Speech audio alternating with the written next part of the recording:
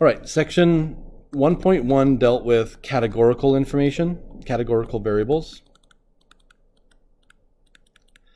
We talked about how to describe categorical distributions, how to display them with graphs, how to summarize them with tables, things like that. The remaining sections, 1.2 and 1.3, are going to deal with numerical data. We're going to kind of lay the foundation in 1.2, and then we're going to talk about more specific summaries and measures in 1.3. Okay? So numerical data is a little bit more difficult to describe the distribution because there are so many different outcomes, right? I mean, whenever you have a category, there's only maybe 4 different categories, responses that it could take on, whereas numerical, it's, infinite, it's numerical.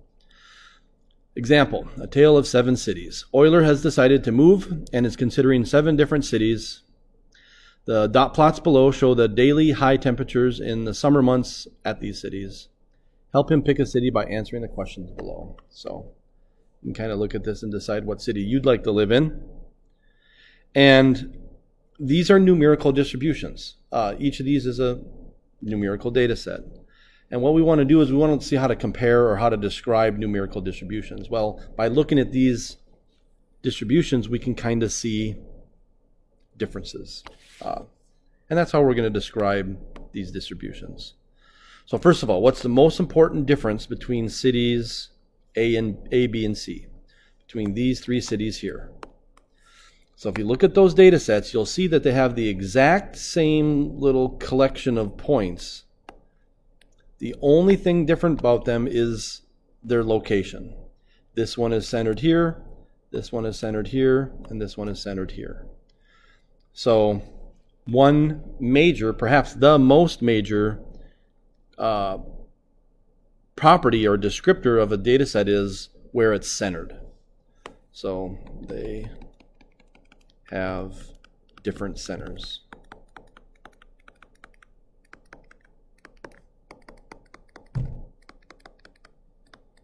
Or locations, but we kind of focus location on the center. The center is a good way to describe the location of the data set. Let me say it like that. What's the most important difference between D and C? So these data sets look kind of different. Actually, they're the same data set, and all I did was I spread this one out. This is fictional cities. These aren't real cities. So, but this one is like this, and this one is like that. So what word or property would that describe? You could talk about how it ranges, or it spans D spans a bigger interval. We just simply say it's more spread out. So spread, or we say that the data points are more variable. Those are kind of the 2 key words here. D is more spread out.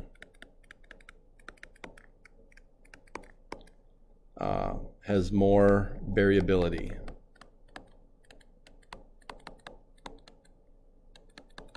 I should say that better. The daily high temperatures are more variable, something like that. But so we got centers, we got spread. What are 2 important differences between D and E? So I guess between D and E, they kind of have the same extreme values, so they kind of range over the same interval, I guess. But they're certainly, but I'm kind of searching for a certain thing here. The biggest difference is this is very spread out and this is not spread out, okay, regardless of these points. But the one I'm kind of trying to illustrate to you guys is this outlier. We got these very unusual points, unusual temperatures relative to the majority of the temperatures, whereas this one doesn't have any outliers. So E has 2 outliers. So here we're kind of talking about just a general word for a general idea of unusual features. Maybe an outlier, maybe a gap, something that's just a little bit different. And what's the biggest difference between cities C, F, and G? So that is C, F, and G. So this is one where kids usually kind of have a little bit of a hard time, putting into word. I mean, you can see the differences. They're definitely different. How do you describe it? Well, this one's kind of centered here, and then you got these tails. This one, the data's kind of mostly here, but there's no tail here and there's a long tail here, and this one's mostly here, no tail here and a long tail here. So, and the word is going to be skew. I mean, maybe you already know that this is skewed distributions. We'll talk about that. But the difference is the shape. The shapes of the distribution. This one's kind of like this one's kind of like this one's kind of like this, right? So they have a different shape. Very different shape, if you want, whatever. What does that even mean, right? So these are kind of the 4 properties or attributes or characteristics of a numerical distribution that we're going to describe. We're going to describe where they're centered, how spread out they are, if they have any unusual features, and we're going to describe their shape. Okay? So let's focus first on shape. I think we're going to focus first on shape. Actually, let's just follow the notes. If asked to describe a distribution of a numerical variable, we should address center, shape, spread, and unusual features. We will cuss to help us remember all 4. So cuss is kind of just a little acronym or mnemonic or whatever, I don't know what it's called, to help us remember center, unusual features, shape, and spread. I usually do it in a different order. I always do center first because that's the most important. Spread is kind of the second most, and then shape, and then unusual features if there's any at the end. So we're always going to say we're going to cuss with context. In AP, everything needs to be done in context. Don't say the data is centered at. Say the daily temperatures are centered at. Okay? Briefly illustrate the following distribution shapes. So now let's talk about shapes. So a symmetric distribution. I guess I will do a symmetric using a dot plot. Dots. So a symmetric distribution is, this here we're talking about the ends, or end behavior if you wanted to call it that. Let's just say the tails. We're talking about the tails or the ends. So if we circle the middle of our data set, these tails are approximately equally spread out. Approximately. Nothing's going to be perfect in stats. Versus a right skewed distribution. So I could do dots again, but I could make a histogram. So I'll kind of do a little histogram on this one. So that's where the majority of the data is. But then on this side, maybe we got some extra points like this, and maybe a couple points here, and something like that. So again, the majority of the data is kind of right here. And this has got a little tail, this has got a big tail, so that would be skewed to the right. Sometimes known as positively skewed. Skewed to positive values, to larger values, greater values. Okay? And then left skewed, and I'm going to do the last way that we kind of draw these distributions is we kind of just fit a curve. This is going to be called a density curve. We'll talk about density curves a little later, but basically if I were to, fit like a smooth curve around this thing or this thing, you can kind of see those density curves, right? So here, the majority of our data is located right here.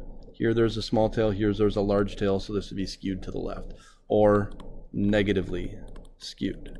Skewed to the smaller values. Negative direction, right? So this describes the tails. This describes the outsides or the ends. Now let's talk about the middle. In this case, all of these kind of had one hump middles. So we're going to talk about modes. If you guys remember mean, median, and mode, the mode was always the most frequently occurring number. So the mode could be thought of as the peak of these distributions. So a unimodal distribution is going to have one hump, one mode. And it could be skewed to the right, skewed to the left, or it could be symmetric. Okay?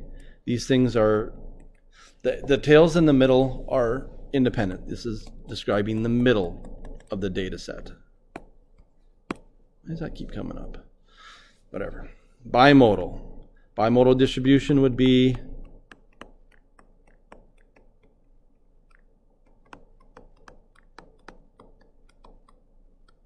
something like that. Not just every single little peak, but just if you look at your data, we kind of have a little hump here and then a significant section of less data points and then another one with a little bit more.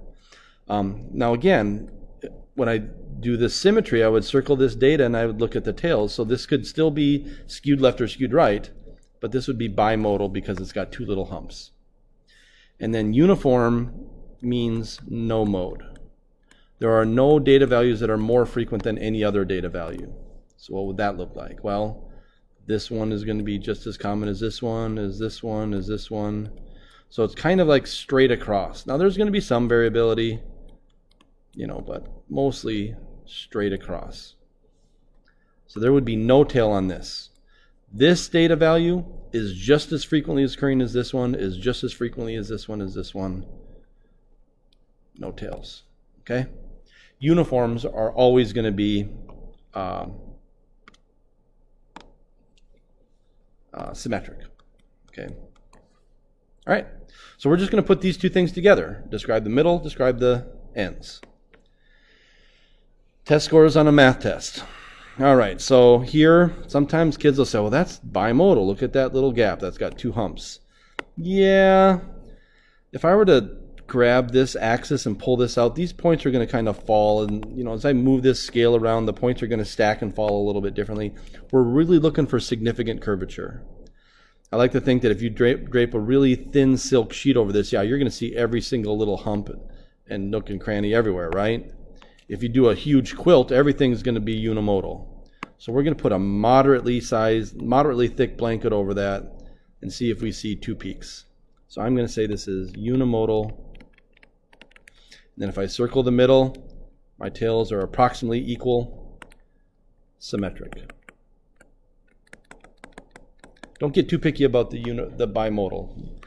This is bimodal. I mean, you have a huge separation between these two things. And this is actually, this really is data from Old Faithful. So for some reason, the eruption lengths are bimodal. I don't know why. So this would definitely be bimodal. And then circle your middle. If you got bimodal, both of those are part of the middle. And look at the tails. So that is symmetric. Not much for tails at all, right? But they're symmetrically distributed. Cash on JCS students. Again, not 1, 2, 3, 4, 5, 6, those are not 7 modes, right? This is pretty much unimodal, but this is highly skewed. There's very little data out here, but there's a lot, spread a lot over here, so this is right skewed. Right skewed, skewed to the right, however you want to say it. Okay? This one would be uniform. You got equal chance across the entire number line. This is just randomly generated numbers. And again, for uniform, if you want to say symmetric, you can. You really don't need to. Symmetric is implied. Then this last one, chart of birth month. So in class, I was trying to trick kids up, and the kids are looking at this and talking about uniform or all these different things, but it's a trick question. This is categorical information. You could take November and move the November month here, and you could take April and move the April here. You can move these months in any order you want, okay? This is not a number line like these data sets are. This is a number line. You can't change anything that you see here. So this is not numeric. If you wanted to describe the distribution, you'd describe it like you do categorical. You'd say 15% of the kids were born in November, 9% were born in December. You would describe the distribution by percentages. So don't say stuff like unimodal symmetric when you have categorical data. Okay? All right. So let's look into some other plots and some other examples in the next video.